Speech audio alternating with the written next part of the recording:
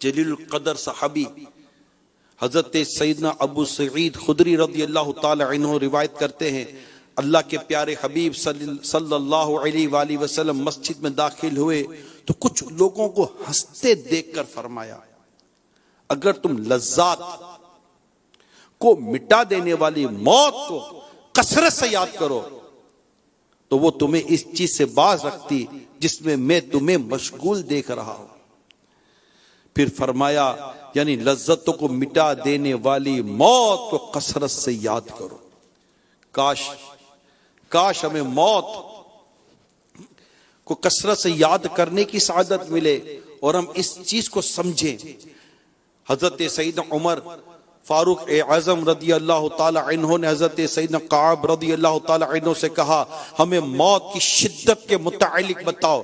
حضرت کعب رضی اللہ تعالی عنہ نے کہا امیر المومنین، موت ایسی ٹہنی کی طرح ہے جس میں بہت زیادہ کانٹے ہوں اور وہ انسان کے جسم میں داخل ہو گئی ہو، اس کی ہر کانٹے نے ہر رگ میں جگہ پکڑ لی ہو، پھر اسے ایک آدمی انتہائی سختی سے کھینچے، کچھ باہر آ جائے، کچھ باقی جسم میں باقی رہ جائے۔ اف،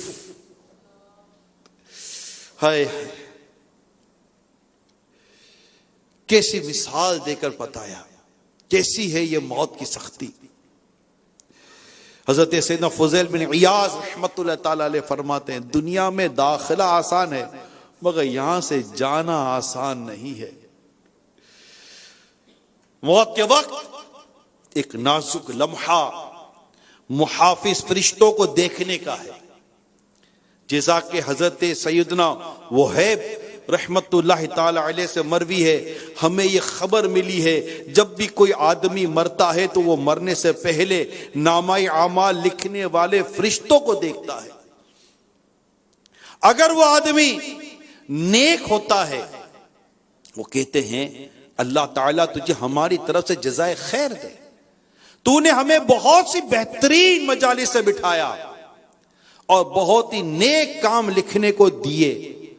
اور اگر مرنے والا گناہگار ہوتا ہے تو وہ کہتے ہیں کہ اللہ تجھے ہماری طرف سے جزائے خیر نہ دے، تو نے بہت ہی بری مجالس میں ہمیں بٹھایا اور گناہوں بھرا اور فحش کلام سننے پر مجبور کیا، اللہ تجھے بہتر جزا نہ دے۔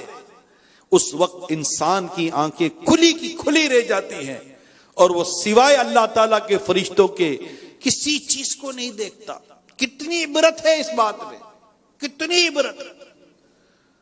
اگر ہم یہ بات ایک بار پھر سوچیں جو میں نے بھی بیان کیا کہ محافظ فرشتے جو ہیں کرامن کاتبین، ان کے تعلق سے سوچیں اور ہم اپنی بری مجالس کے بارے میں سوچیں، ان گناہوں کے بارے میں سوچیں، ان باتوں کے بارے میں سوچیں جو ہم کرتے ہیں، انہیں لکھنا پڑتا ہے۔ اللہ اللہ اللہ، اور موت کے بعد ان کا کلام کیا فرمایا اللہ تعالیٰ تجھے،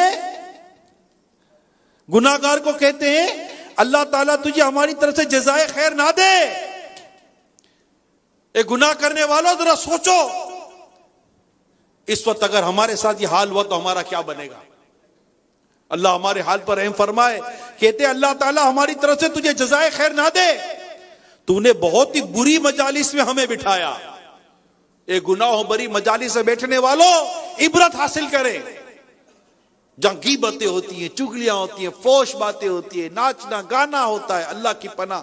شادی بیاہ عجیب و غریب حال ہو گیا شادی بیاہ کا، گھر کی لڑکیاں نچائی جاتی ہیں، گانے باجے ہوتے ہیں، جوا ہوتا ہے، شرابیں ہوتی ہیں، فحش قسم کی ننگی قسم کی باتیں ہوتی ہیں،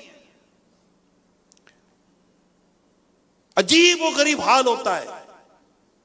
کیا کہتے ہیں اللہ تعالیٰ تجھے ہماری طرف سے جزائے خیر نہ دے، تو نے بہت ہی بری مجالس میں ہمیں بٹھایا اور گناہوں بھرا فحش کلام سننے پر مجبور کیا۔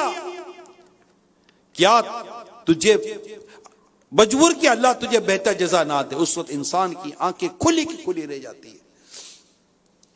اللہ پاک آپ کو اور مجھے نیکی کرنے کی توفیق عطا فرمائے، نیکیوں بھرے ماحول میں رہنے کی توفیق عطا فرمائے، اور نیکی کی دعوت عام کرنے کی اللہ پاک ہمیں توفیق عطا فرمائے۔ ہم سب کو دنیا اور آخرت کی بھلائیاں اللہ پاک ہمارا مقدر کرے۔ پیارے اسلامی بھائیوں، آج شب برات ہے، نجات کی رات ہے، برکتوں کی رات ہے، رحمتوں کی رات ہے۔ کیا ہی اچھا ہو کہ آج کی رات ہم گناہوں سے سچی سچی توبہ کر کے اٹھے، اپنے گناہوں کی رب کے آگے سچی معافی مانگ کر اٹھے۔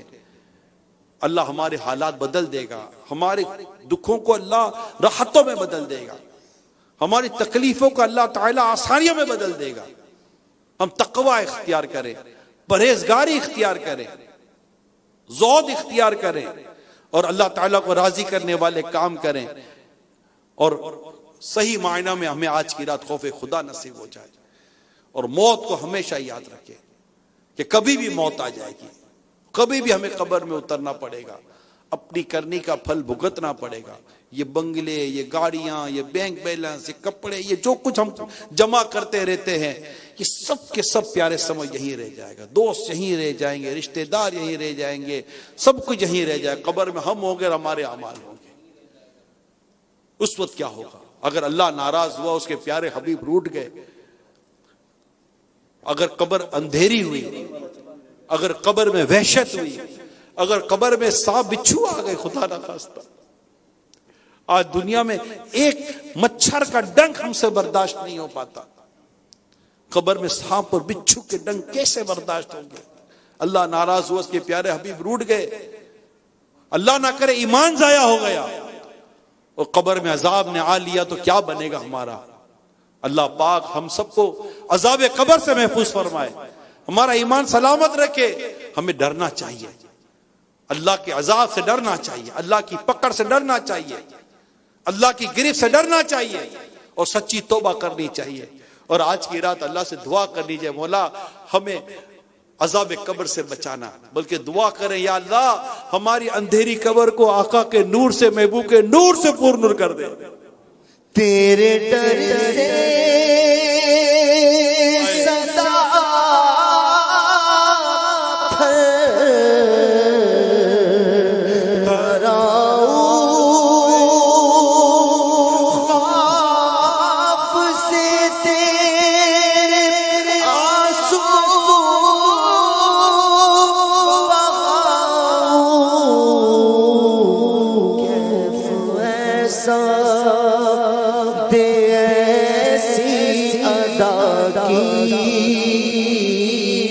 کیف ایسا دے، ایسی ادا کی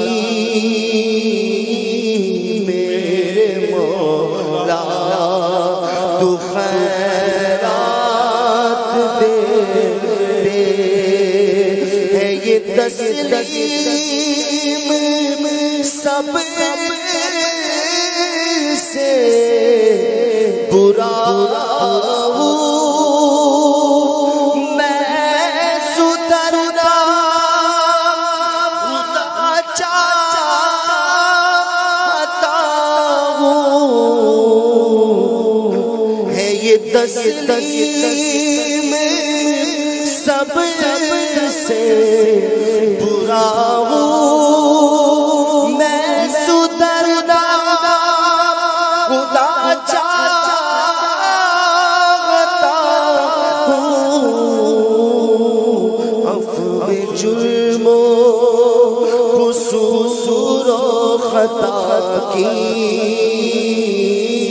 عفو جرم و قصور و خطا کی